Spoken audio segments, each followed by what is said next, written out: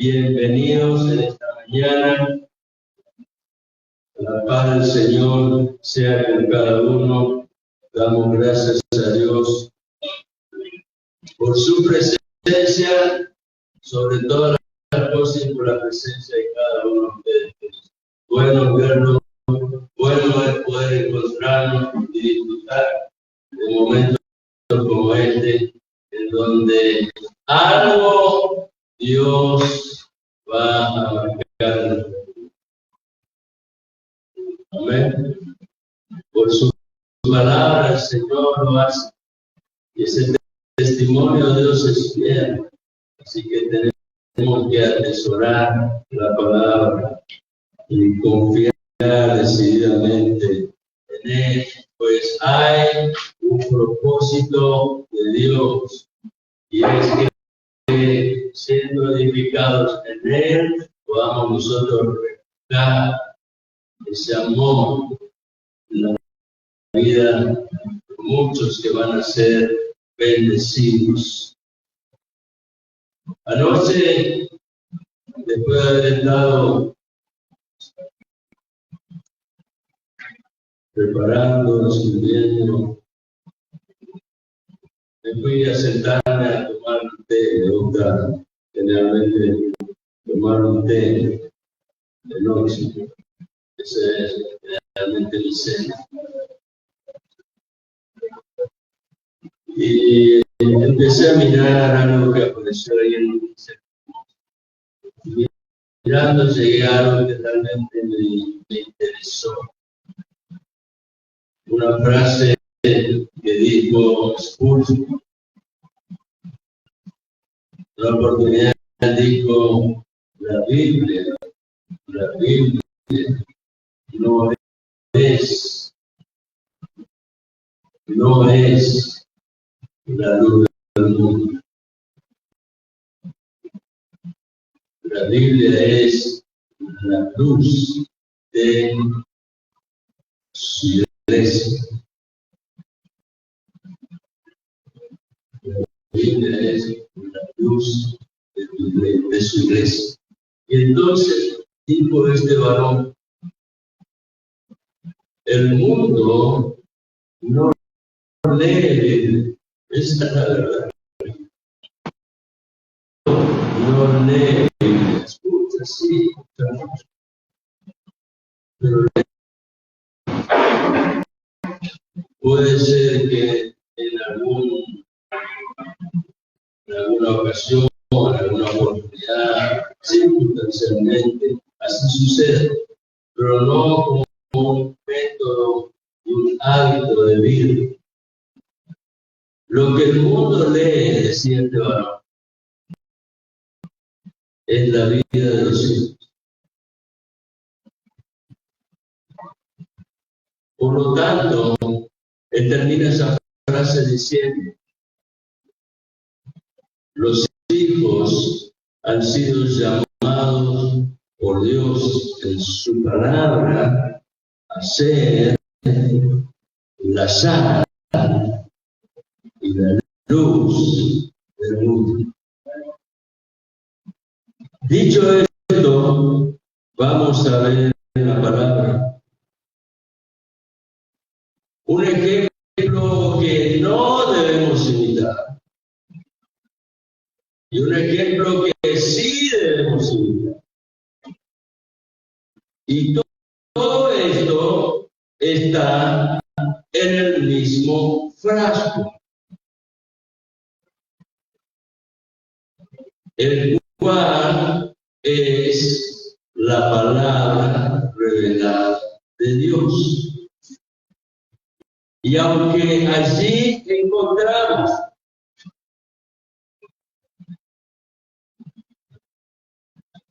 cosas que no son buenas y que representan ejemplo a no imitar, con todo eso es el testimonio fiel de Dios, de su verdad, porque Él allí está mostrando aquello que en verdad es lo que permanece y por medio del cual podemos podemos ser alumbrados y en el camino podemos conocer y entender lo que nos conviene. Y voy a seguir allí con el mismo libro, Primera de Samuel. Lo veíamos el domingo anterior, cuando compartí ese mensaje que decía, Dios está hablando. ¿Lo oyes? Ahora el mensaje es más específico y Dios dice, y ese es el tema, estoy a punto de hacer una cosa. ¿Qué cosa? Ahora lo vamos a ver. Era un mensaje específico para alguien. Pero había un tercero que es incluido allí para ser el mensajero. Y dice la palabra de Dios en Primera de Samuel, capítulo 3, y el versículo 11, vamos a leer desde ese versículo hasta el final del capítulo 3. La palabra del Señor dice así, y el Señor dijo a Samuel, ¿a quién está hablando Dios? A Samuel. Estoy a punto de hacer una cosa en Israel, la cual hará redimir. En otras versiones dice, producirá mucho ruido hasta que hace doler el oído. A veces la voz de Dios puede compararse a un susurro tan delicado que es necesario tener toda la atención para reconocer y discernir lo que en verdad es de Dios. Pero otra vez la voz de Dios suena como un trueno, muy fuerte, muy potente. Por eso digo que hay versiones que este pasaje dice, voy a hablar de tal manera que les va a doler el oído. Acá en esta versión, la Biblia América dice, y aquí estoy a punto de hacer una cosa en Israel, la cual hará, habla del efecto, redimir, retumbar, doler ambos oídos a todo aquel que la oye.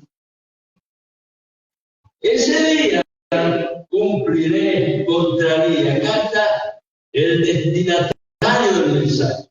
Ese día cumpliré contra mí todo lo que he hablado sobre su casa, desde el principio hasta el fin. Y llevemos en cuenta esto. Dios le está diciendo a Samuel que esta palabra ya antes Elí la había recibido. No era un mensaje nuevo.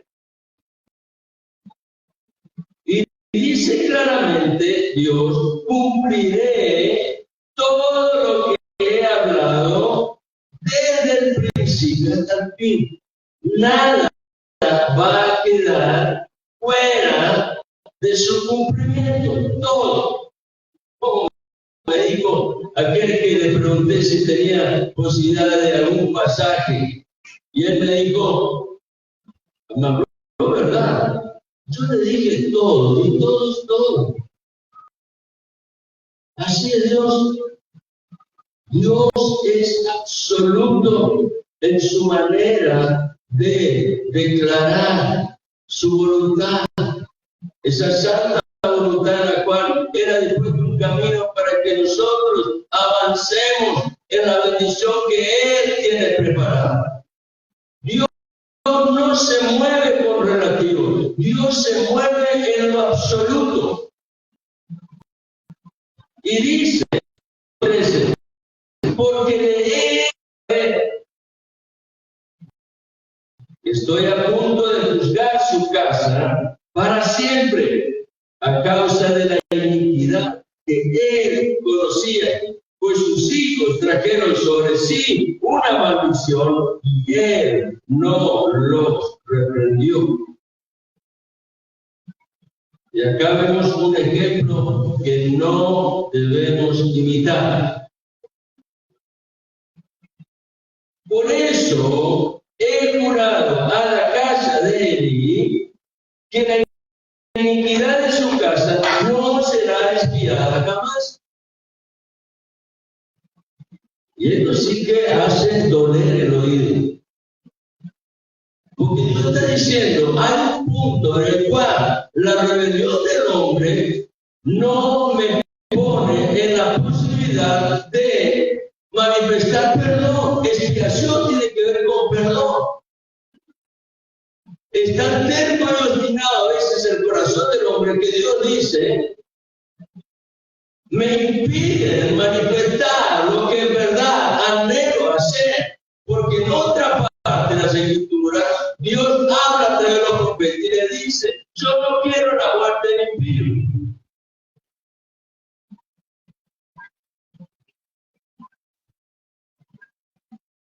Versículo 14. Por eso he jurado a la casa de Eli que la iniquidad de su casa no será expiada jamás, ni por sacrificio, ni por ofrenda. Versículo 15. Dios entrególe saca a Samuel. Y Samuel, entendiendo que no hay más nada que hablar, porque Dios es absoluto, entonces vaya y se acuesta. Versículo 15. Samuel se acostó hasta la mañana. Entonces abrió las puertas de la casa del Señor. Pero Samuel temía contar la visión de Dios. Él vivía muy cerca del sacerdote, el sumo sacerdote Elí, y él sabía que la palabra y sabía la experiencia que tenía. Por lo tanto, en el corazón de Samuel había un profundo quebrantamiento, y dice él temía contar la visión de Elí a causa de la consecuencia que tenía. Versículo 16, pero Elí llamó a Samuel.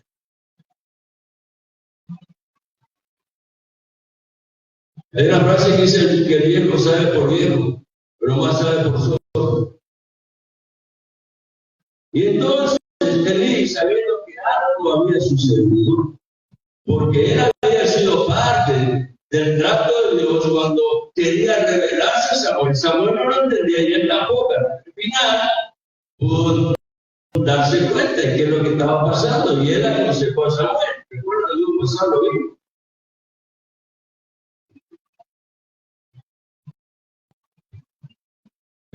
Pero Elí llamó a Samuel y le dijo, Samuel, hijo mío. Y él respondió, heme aquí. Primer principio que debemos esta mañana afirmar en nuestro corazón, que aún en el temor no tengamos duda de actuar conforme a la verdad. Que el temor no te anule, que el temor no apague la visión de aquello que Dios tiene propósito que va a permanecer. Y para eso es necesario la fe. Samuel tenía, pero era un joven de fe. En aquí, y él dijo, ¿cuál es la palabra que el Señor te habló? ruego que no me la ocultes. Así te haga Dios. Qué atrevimiento la de Dios. Así te haga Dios y aún más si me ocultas algo de todas las palabras que te hago. Entonces Samuel, que era un joven que se ajustaba a la verdad, no temiendo a la maldición, pero confiando en que Dios había hablado, dice el versículo 18, entonces Samuel se lo contó todo, sin ocultarle nada. Y Elí dijo, esta frase le provoca pena. El Señor es que haga lo que bien le parece. Qué diferente a la actitud de David, ¿no? Cuando lo confronta el profeta y le dice, ese eres tú. David estaba condenando a alguien a causa de la parábola con la cual le había hablado el profeta, señalando la condición de su vida. Pero fue necesario que el profeta le dijera, ese que vos estás condenando sos vos. Y la actitud de David fue muy diferente porque él dijo, quebrantado, humillado, he pecado.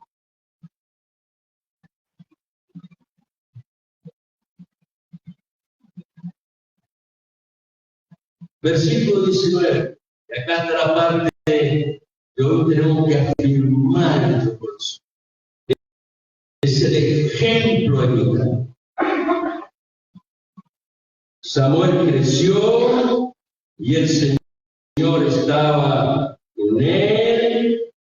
No dejó sin cumplimiento ninguna de sus palabras. Y todo Israel, versículo 20, desde Dan hasta Beerseba, supo que Samuel había sido confirmado como profeta del Señor. Dios estaba trayendo un tiempo nuevo. Y cada vez que Dios va a manifestar un tiempo nuevo, requiere de instrumentos aprobados. Dios quiere cambiar algo en el ámbito de la esfera del corazón del hombre. Dios quiere establecer un nuevo paradigma, un nuevo modelo de pensamiento. No es el que nos hemos acostumbrado a vivir y en el cual nos hemos conformado. Dios quiere traer un cambio radical.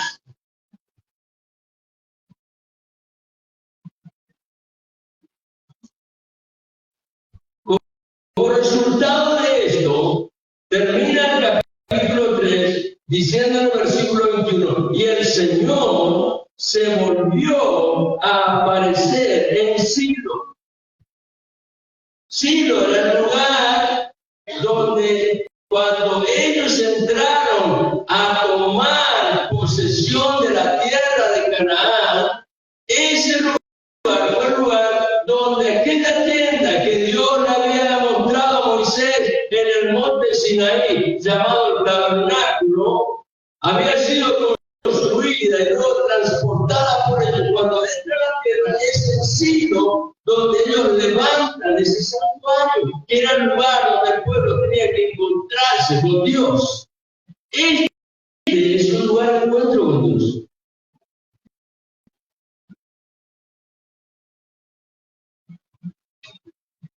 Y el Señor se volvió a aparecer en Silo. ¿Cuántos años habían pasado? El capítulo 3 arranca diciendo, en ese tiempo la palabra del Señor escaseaba, no había visión con frecuencia. El testimonio de Dios había sido apagado por los actos irresponsables de los hombres. Pero Dios está creando un tiempo nuevo, cambiando el paradigma en la mente y en el corazón del hombre. Se va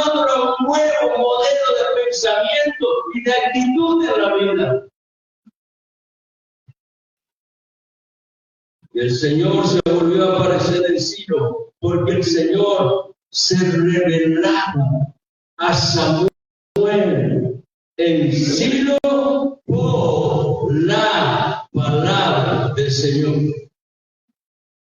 ¿Queremos revelación de Dios? Ya está. Ya está. Dios no nos va a hablar de otra manera fuera de lo que ya ha revelado en su palabra. Y si algo viene a nuestras vidas a través de un instrumento aprobado por el Señor, con seguridad estará alineado con su palabra. Esto nos lleva a hoy afirmar que Dios es veraz. Nunca dudemos de eso. Dios es veraz. Su palabra es verdad. Aún cuando hable del pecado del hombre, su palabra es verdad. Él está exponiendo la condición del hombre cuando su corazón está lejos, separado de Dios. Su palabra es verdad. Dios no miente, Dios es veraz, sus obras son verdaderas. El carácter de Dios es absolutamente íntegro y fiel. Dios tiene todo el poder para hacer todo lo que Él quiere. Dios tiene todo el poder para hacer todo lo que Él quiere, pero nunca hará algo que sea contrario a su esencia y a su carácter.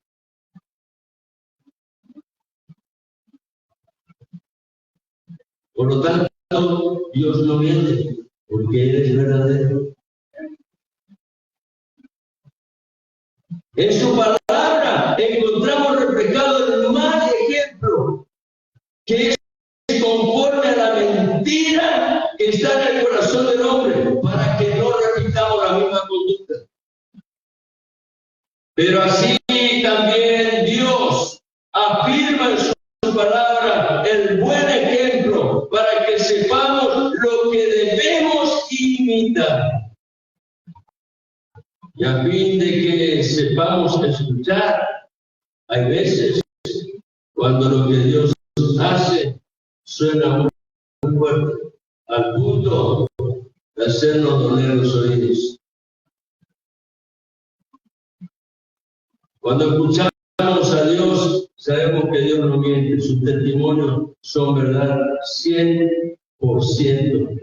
Si Dios habló, aprendemos a confiar que su palabra se va a cumplir de principio a fin sin que falte nada. Cuando sé que Dios es veraz, puedo confiar en su palabra. Y si confío en su palabra, puedo desechar toda duda que pueda de pronto hacerse presente en la mente y afectar nuestro corazón. Aun cuando las circunstancias sean más difíciles y las más adversas, yo puedo confiar que finalmente la palabra de Dios siempre prevalece. Esta palabra que Dios le revela a Samuel no iba a sorprender al sacerdote Elí. Lo llamativo es que él lo toma tan livianamente. Elí ya sabía,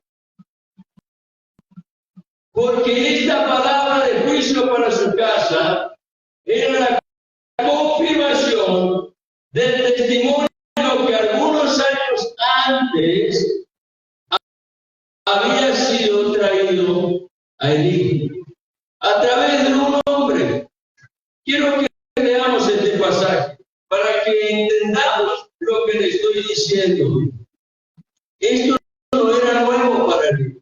En el capítulo 2 de 1 Samuel, el versículo 27, vamos a leer el versículo 30. 31, y luego continuamos con el 34 y el 35. Dice así: entonces un hombre de Dios vino a Elí. En ese tiempo, eran unos años antes de lo que Dios reveló directamente a Samuel. Cuando Dios le habla a Samuel, Samuel era un joven. Cuando este hombre llega a la vida de Elí con el mensaje que ahora vamos a leer, Samuel era un niño. Hay una diferencia entre niño y joven. Entre un momento y otro habían pasado una serie de años. Y en esa ocasión dice en 1 Samuel capítulo 2, versículo 27, entonces un hombre de Dios vino a Elí y le dijo: así dice el Señor, no me revelé ciertamente a la casa de tu padre cuando ellos estaban en Egipto, esclavos de la casa de Faraón.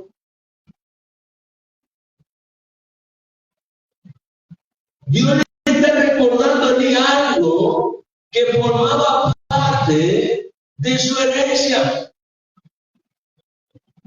porque él pertenecía a un pueblo que Dios había llamado, separado por la tierra, para hacerlo testigo de un tesoro que era la presencia de Dios en medio de ellos, obrando, como bien lo señala aquí, recordándole a Elí que fue él quien los sacó de la esclavitud de Egipto. Pero además le va a recordar a Elí algo que estaba en relación directa con su misión en la vida, porque él era sacerdote. Y entonces le dice el versículo 28, no los escogí de entre todas las tribus de Israel para ser sacerdote.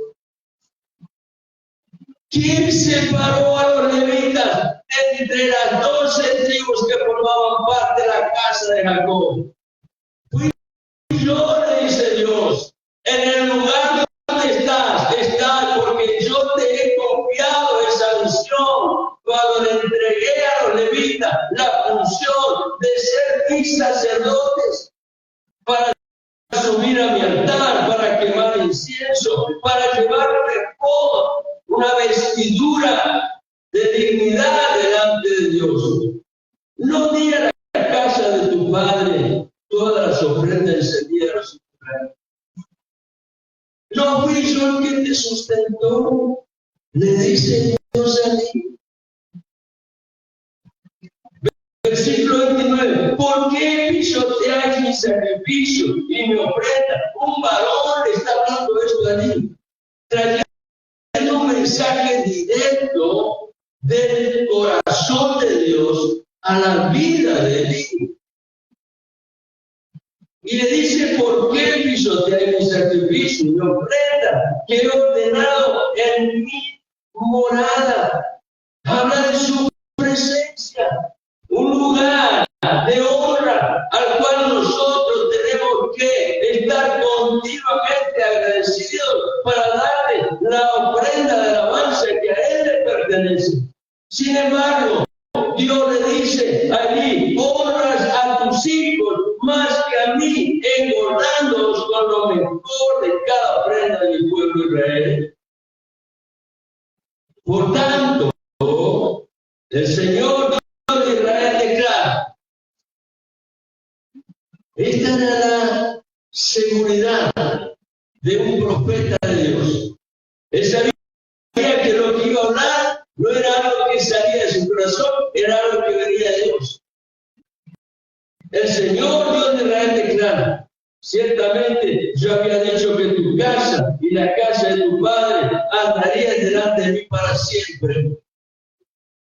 Pero ahora el Señor declara, lejos esté esto de mí, porque yo honraré a los que me honran, y los que me menosprecian serán tenidos poco. He aquí, vienen días cuando cortaré tu fuerza. ¿Cuál es la fuerza de un padre? ver a sus hijos crecer sanos, vigorosos, fuertes, desarrollándose en el propósito de la vida. Esa es la fuerza de un padre. Por eso el salmista dice: bienaventurado el hombre que llenó su arcaba y su herencia, su descendencia es completa. Porque cuando él pase por el valle de la prueba, ahí tendrá hijos que estarán acompañándole, rodeándole para fortalecerlo y bendecirlo.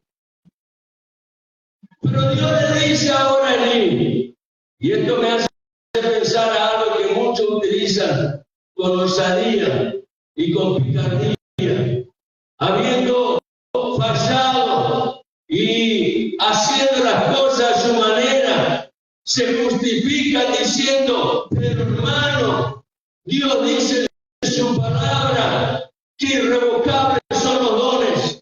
Ahora yo pregunto: ¿dónde queda esta palabra?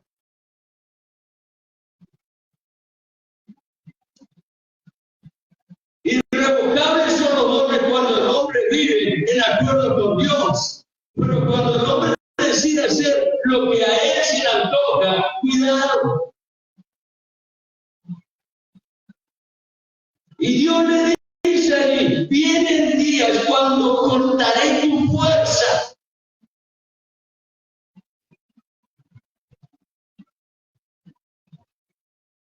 Y la fuerza de la casa de tu padre. Y nunca habrá anciano en tu casa. Versículo 34. Y para ti ella será la señal que vendrá en cuanto a tus dos hijos, Ofni y Finés, aquellos que practicaron lo que es malo a los ojos de Dios, y tú no les reprochaste. Para ti esta será la señal que vendrá en cuanto a tus dos hijos, Ofni y Finés, en el mismo día morirán los dos.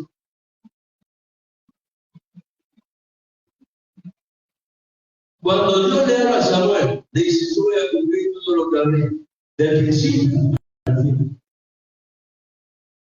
Si siguen leyendo Primera de Samuel, yo no quiero asustar, pero quiero darles palabra de Dios, testimonio fiel que hará que nuestro corazón se afirme en esa fe en la cual nada nos puede mover, porque en Dios somos más que vencedores. En el mismo día morirán todos. Pero Dios hace algo fuerte para que el cambio se produzca. El propósito de Dios es traer bien a favor del corazón que está dispuesto a quebrantarse y humillarse y dejar que sea Dios honrado.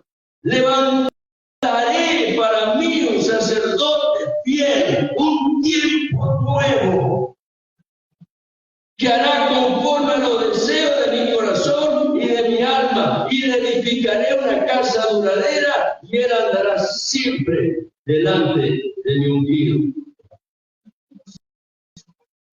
Tremendo. Aquellos en verdad eran días muy difíciles.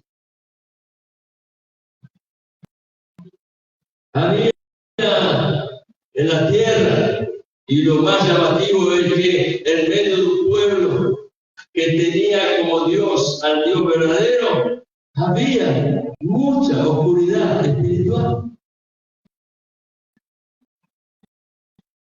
Yo pregunto, ¿esos días son diferentes de los días que vivimos?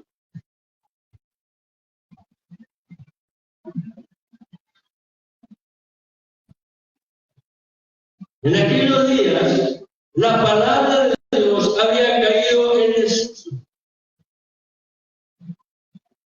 Era un artículo de segunda clase.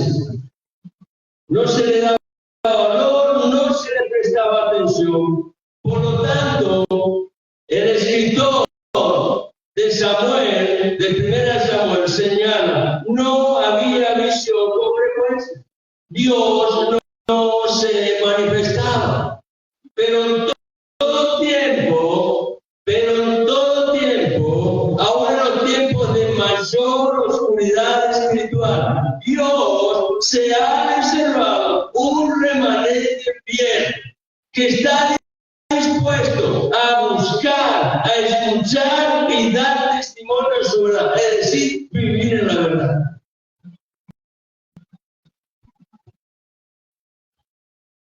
Siempre Dios tiene un remanente fiel. ¿Recuerdan aquel pasaje cuando Elías huía? Solo he quedado yo solo, le dice al Señor cuando se encuentra con Dios en el monte. Después de haber estado con Dios en la cueva y ver que Dios le estaba susurrando, él sale y Dios empieza a manifestar su testimonio al corazón de su siervo. Elías dice, he quedado yo solo, y en verdad había sufrido los embates de esa situación tan adversa en el cual los conflictos eran una amenaza para su vida. Pero Dios le dice, estás equivocado, Elías. Yo tengo un remanente fiel, 7,000 que no han doblado sus rodillas. Ninguno de nosotros podemos señalar quién es este remanente fiel, pero Dios lo conoce. Dios sabe quiénes en medio de las adversidades persisten en seguir buscando, anhelando escuchar la voz de Dios y vivir conforme a ella para dar testimonio de la verdad. Esta palabra que vimos en el capítulo 2 había sido dado, como hoy lo dije, unos años antes por otro hombre que estaba consagrado a Dios. Samuel no era el único, había otros, pero Dios lo va a destacar a Samuel porque él es el elemento que él respalda para traer un cambio de tiempo, de época, de paradigma. Aquel hombre que se presentó, vino a Elí cuando Samuel era un niño. Él fue enviado para reprocharle la conducta de Elí y de sus hijos y decirle que eso no pasaría desapercibido, porque la obra de Dios es un lugar privilegiado que requiere, sobre todas las cosas, temor de Dios. Dios le recordó en todo lo que él había hecho a favor de sus padres, cómo él había señalado a los levitas para ser sus sacerdotes, y él mismo los había sustentado. Dios le está enseñando a Elí que no había otra oportunidad más que tomar la decisión de volverse a él definitivamente. Y fue en ese mismo tiempo cuando Dios empieza a llamar y a preparar a Samuel para servirle como profeta. Un ministerio que todavía no había sido colocado en un lugar de relevancia. Dios estaba trayendo un cambio de paradigma en el pensamiento y en la actitud de un pueblo. Y eso necesita cambios profundos. Por muchos años Israel anduvo en caminos errados, alejado de Dios, y esto se notaba aún en el liderazgo espiritual, los sacerdotes, los que estaban señalados por Dios para transmitir al pueblo el mensaje que venía del cielo. Déjame decirte esto, tanto la verdad como el pecado tienen un efecto multiplicador. Te lo voy a decir de nuevo, tanto la verdad como el pecado tienen un efecto multiplicador cuando uno o el otro es incorporado al corazón. Y eso, el efecto que produzca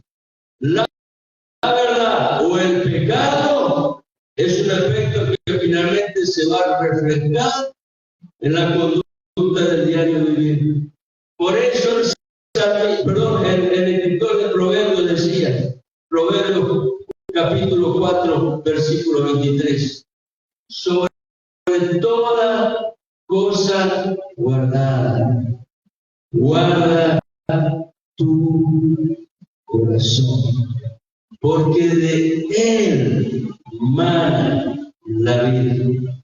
Y no está hablando de lo físico, está hablando de la esencia de la vida, del alma y del espíritu, en donde acontece todo el mover de la vida interior, en donde se generan los pensamientos, en donde se producen las decisiones, en donde la voluntad está manifestando aquello que es escogido. En medio de todo eso, Dios en su palabra, a través del sabio Salomón, nos dice: sobre toda cosa guardada, guarda tu corazón, porque de él mana la vida.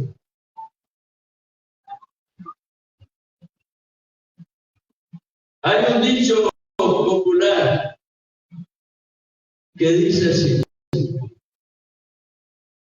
dime con quién andas. ¿Cómo si? Dime con quién andas y te diré quién eres.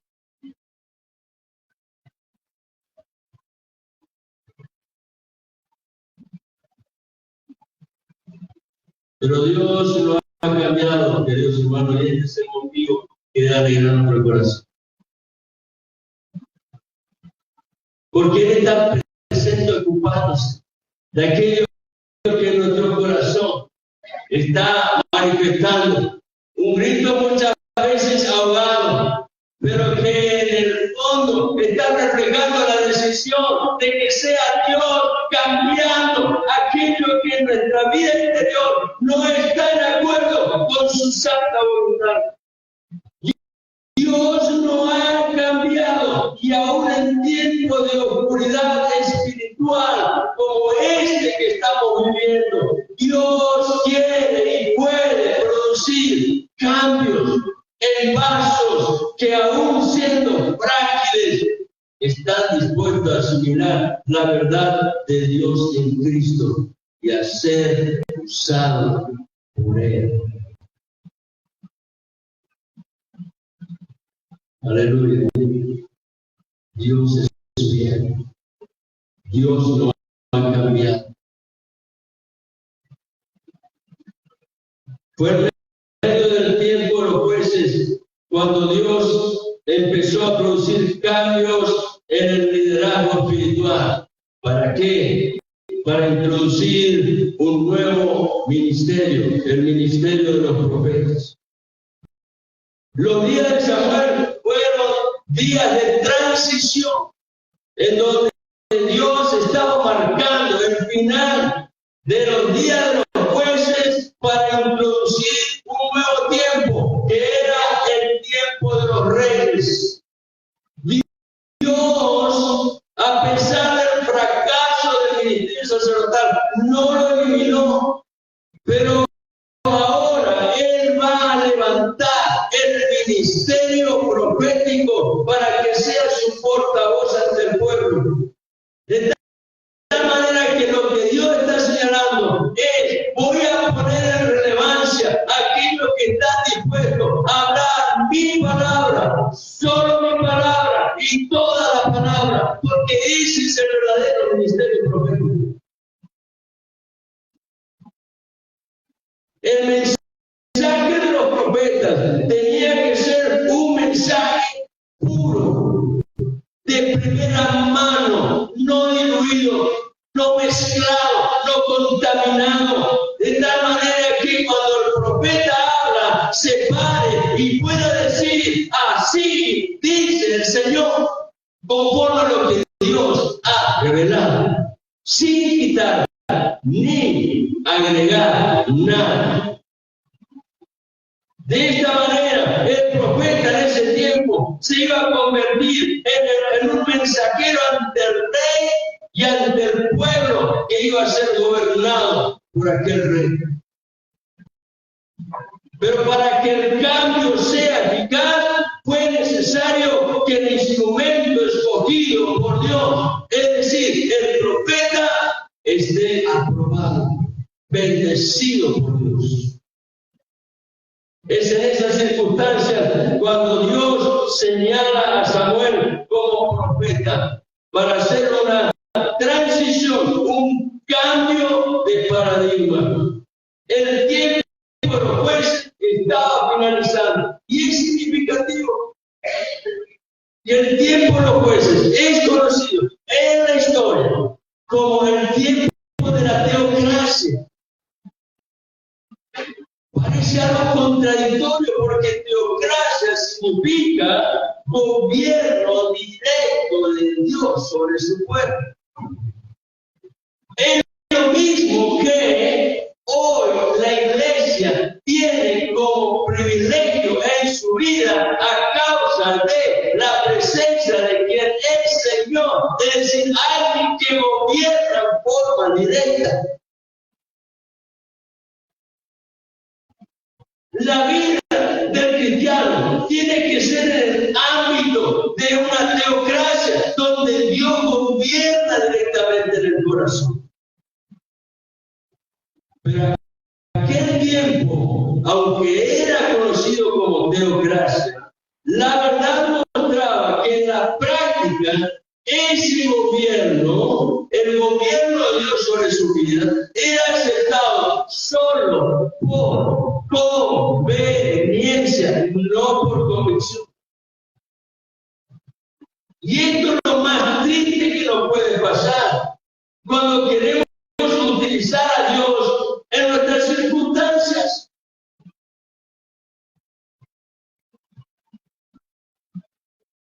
Ellos no aceptaban el gobierno de Dios. Simplemente lo colocaban como un acto ritual cuando había una conveniencia, pero no tenían convicción. Y los resultados eran evidentes.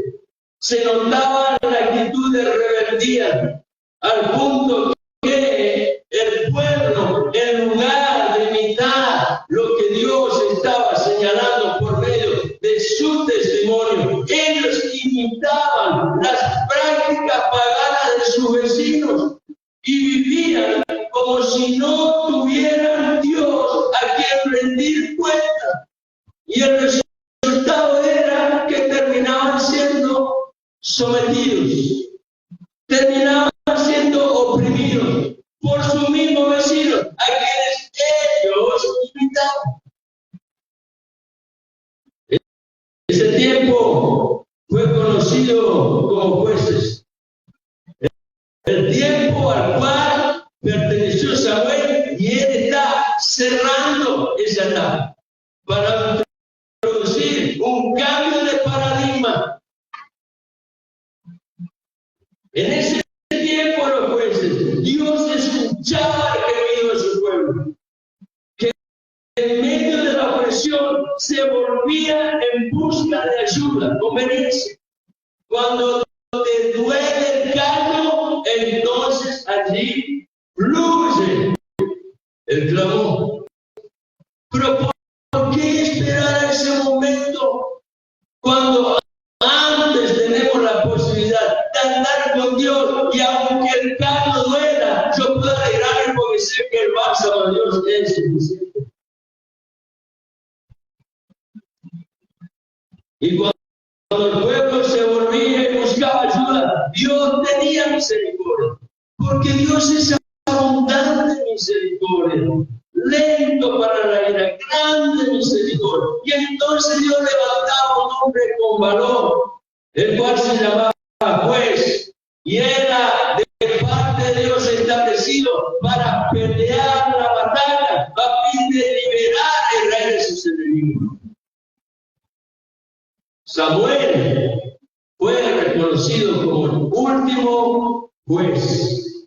También era sacerdote. Todo esto él lo ejerció luego de la muerte de Elí. Pero hay algo que marcaba la diferencia de Samuel y está señalando esa etapa de transición, un cambio de paradigma. Es que Samuel no peleaba las batallas porque era un hombre de fuerza. No, Samuel no peleaba las batallas con armas humanas. Él peleaba las batallas en oración.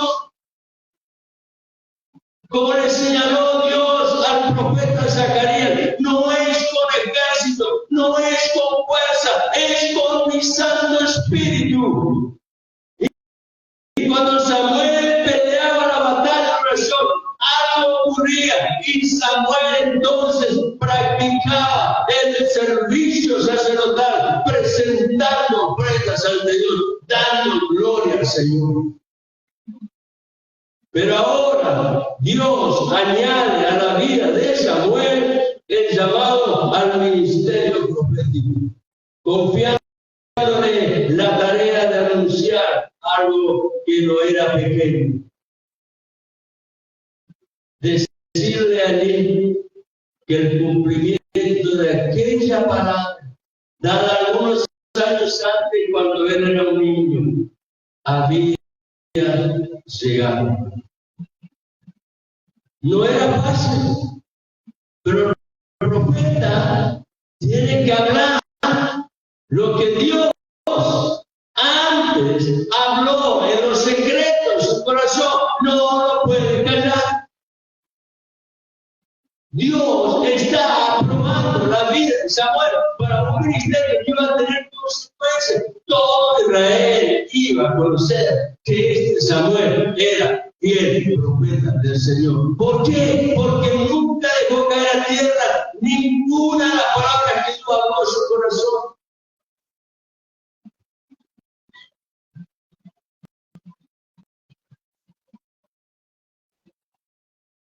Terminemos esta mañana leyendo los versículos 11 y 12. Y quiero, por favor, invitar a los hermanos de alabanza que me acompañen aquí adelante.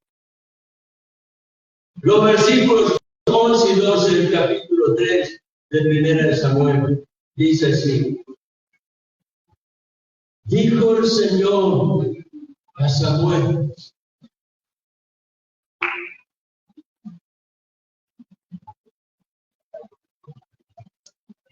Dios nos habla en forma privada, personal, íntima.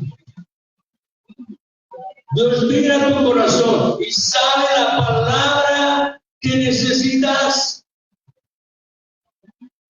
Ella la preparó de antemano. Está esperando el momento oportuno. Dijo el Señor a Samuel: yo haré una cosa en Israel, que a quien la oiga le zumbarán ambos oídos. Aquel día yo cumpliré contra allí todas las cosas que he dicho sobre su casa desde el principio hasta el fin. Y esto es lo que se llama en el Antiguo Testamento tiempo profético. Tiempo profético, porque en esa frase donde Dios está manifestando palabra al corazón de Samuel para entregársela a Elí, Dios está señalando que todo aquello formaba parte de algo que ya Dios había hablado. A Dios no le sorprende nada. Dios no hace la cosa para poner un parche. Dios hace la cosa para llevar a cumplimiento el testimonio de su fiel amor y de su santa voluntad en el corazón de aquellos que están dispuestos a creer. Pero aquello que Dios había hablado estaba siendo señalado hacia el futuro, porque Dios le dice a Samuel: las cosas que he dicho, aquellas que he hablado, ahora yo voy a hacer algo para en la palabra. Tiempo profético. Dios habla de las cosas que todavía no han sucedido como si ya hubieran ocurrido. Eso se llama presencia de Dios, anticipado conocimiento de las cosas. Hoy señalaba César en su testimonio. Yo tenía cosas ahí, supongo que guardadas, no sabía para qué, pero lo que él no sabía, Dios lo sabía. Eso es presencia de Dios, anticipado conocimiento de las cosas. Dios siempre nos va a hablar de algo que en su corazón está firme. No es una añadidura, no es algo que ocurre porque Dios no lo pensó y ahora, bueno, vamos a corregir el sendero. No. Cuando Dios dice que algo va a suceder, verdaderamente va a ocurrir.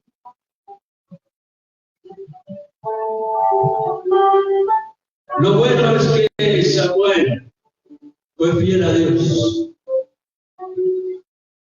Pero la fidelidad de Samuel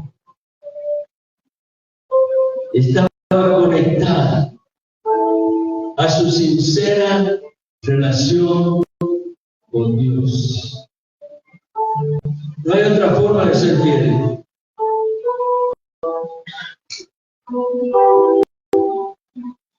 Por eso Dios dice que vuestro sí sea sí y vuestro no sea no.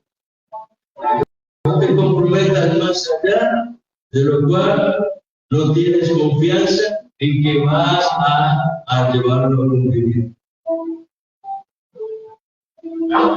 Samuel mantenía una sincera relación con Dios. Por lo tanto, cuando él hablaba sin quitar ni añadir nada a lo que Dios había manifestado. Cuando Elí le pide cuenta, le dice, ¿qué te habló Dios? Samuel no se aprovechó de la situación ni buscó sacar ventaja, sino que fue fiel en hablar todo lo que Dios estaba confirmando. Cuán importante es la fidelidad y la lealtad entre aquellos que sirven al Señor.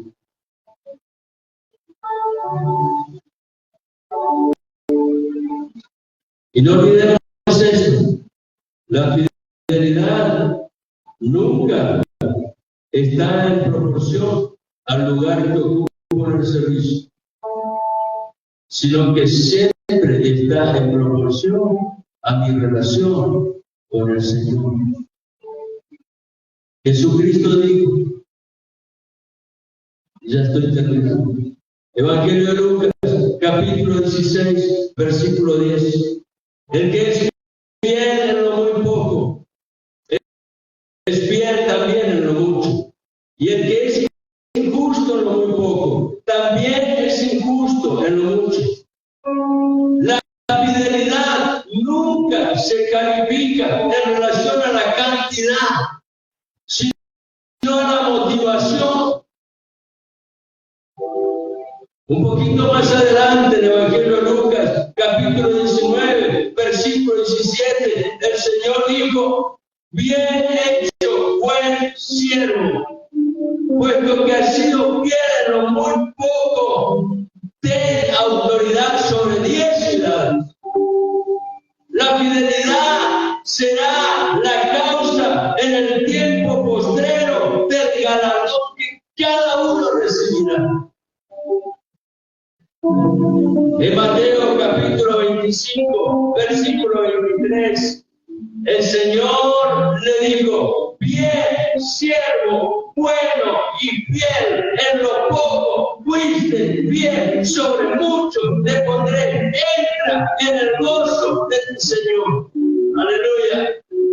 La fidelidad será la razón de una cálida bienvenida cuando seamos recibidos de los portales del cielo por el bendecimos, Señor.